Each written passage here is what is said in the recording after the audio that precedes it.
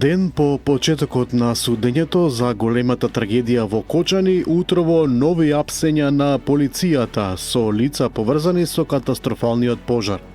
Уште 11 лица, службеници, вработени раководни лица од Управата за јавни приходи и од Државниот пазарен инспекторат се опфатени со проширената истрага поврзана со пожарот, но и со претходното работење на дискотеката Пулс во Кочани. 6 мина од нив се уапсени, а против останатите лица се трага.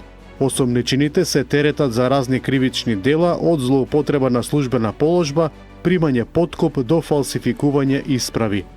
МВР за двајца од уапсените поранешни раководители во Управата за јавни приходи во Штип ќе бара одредување на мерка притвор.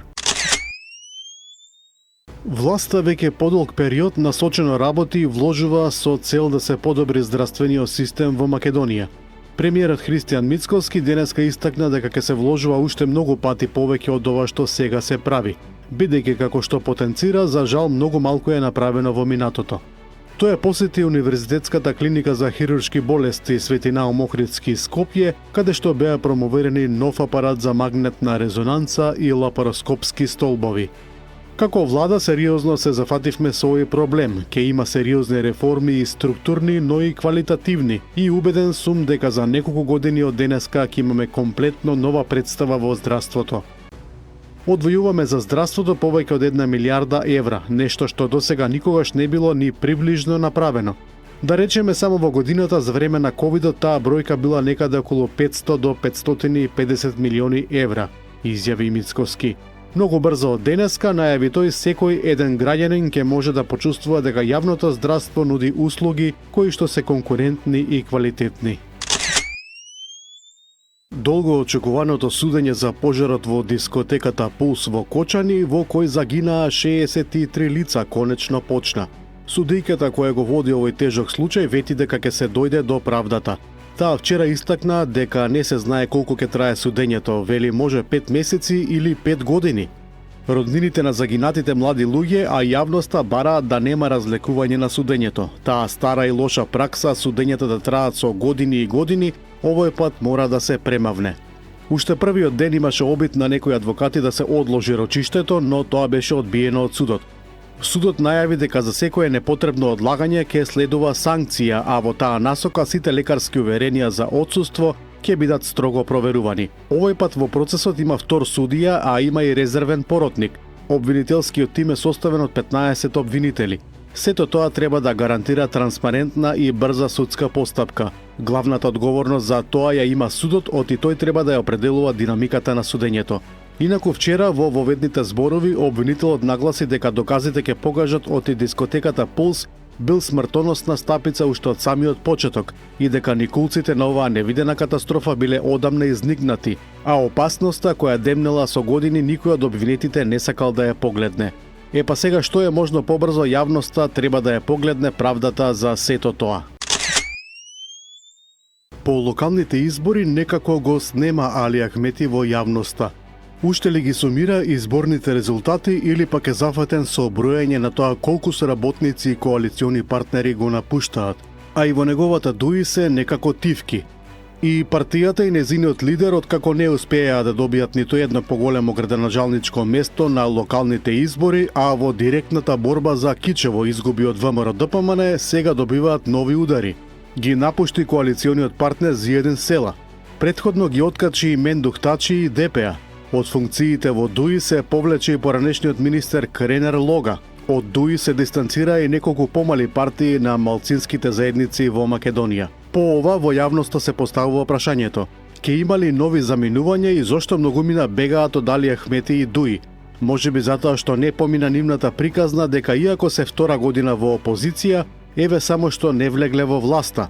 Можеби пак сите насетуваат дека ДУИ тргна да ја дели судбината со некогаш силните партии ПДП и ДПА. Можеби пак е сосема друга причината што сите бегаат од ДУИ, но тоа најдобро може да го објасни Али Ахмети ако се појави во јавноста. Следниот вторник на седница на владата ќе бидат назначени повереници во 4 општини, каде што поради немање цензус од 1/3 излезност во првиот круг изборите не беа успешни.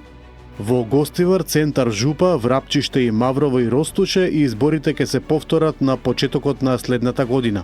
Ова го најави премиерот Христијан Мицкоски при денешната посета на Универзитетската клиника за хируршки болести Свети Наум Охридски во Скопје. Мицкоски најави дека следната недела ќе се знаат и новите имења на министри од Вреди, а евентуалната реконструкција на министри од ВМРО ДПМН ќе биде по конгресот на партијата, што е закажан за 6 декември во Кавадарци. Судењето за случајот Онкологија 2 во Основниот кривичен суд Скопје започна од почеток поради промена на поротник. На денешното рочиште странките останаа на воведните зборови и се согласија исказите на досега испитаните сведоци да бидат прочитани, пошто процесот продолжи со сослушување на сведоци. Обвинети се поранешниот медицински директор на клиниката за радиотерапија и онкологија Нино Васев и економскиот директор Нехат Нухи. Според обвинението, Васев и Нухи во периодот од 2018 до 2022 година незаконски набавувале лекови, ги прикривале преку фиктивни тендери и присвојувале дел од терапијата, со што го оштетиле државниот буџет за речиси 36 милиони евра. Покрај Онкологија 2, против Васев и уште двајца лекари се води и друг процес Онкологија 1 за несовесно лекување пациенти. Во Косово за најмногу 10 дена треба да се распишат нови парламентарни избори, откако вчера пратеници повторно не успеаја да изберат нова влада.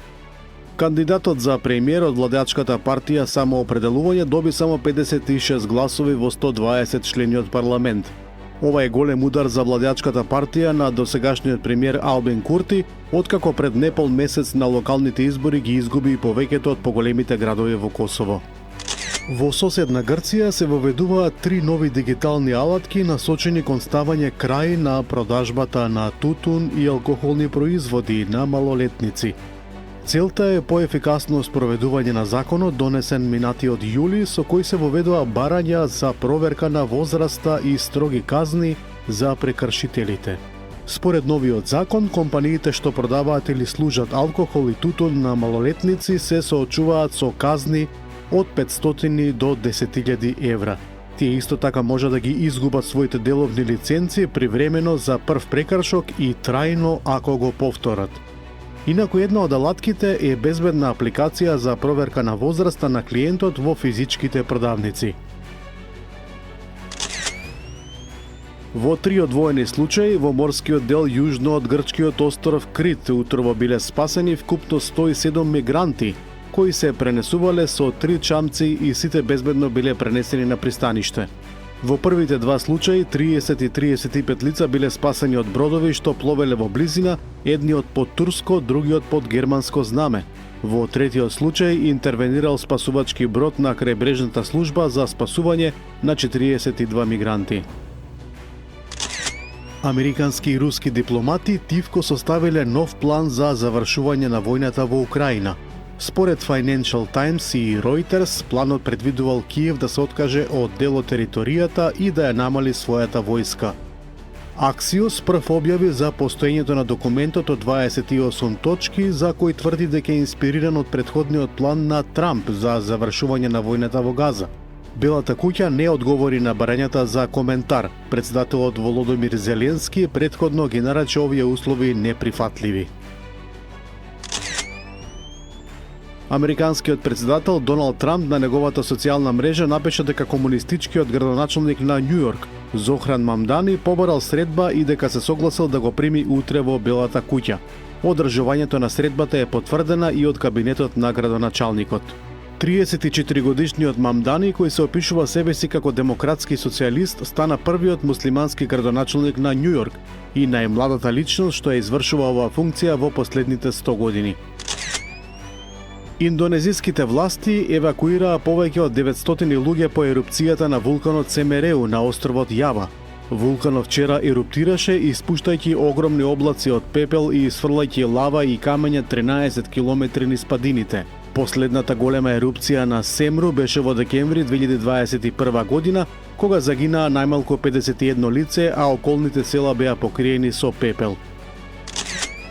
Во судир на брз и патнички воз во јужниот дел на Чешка повредени се 45 луѓе.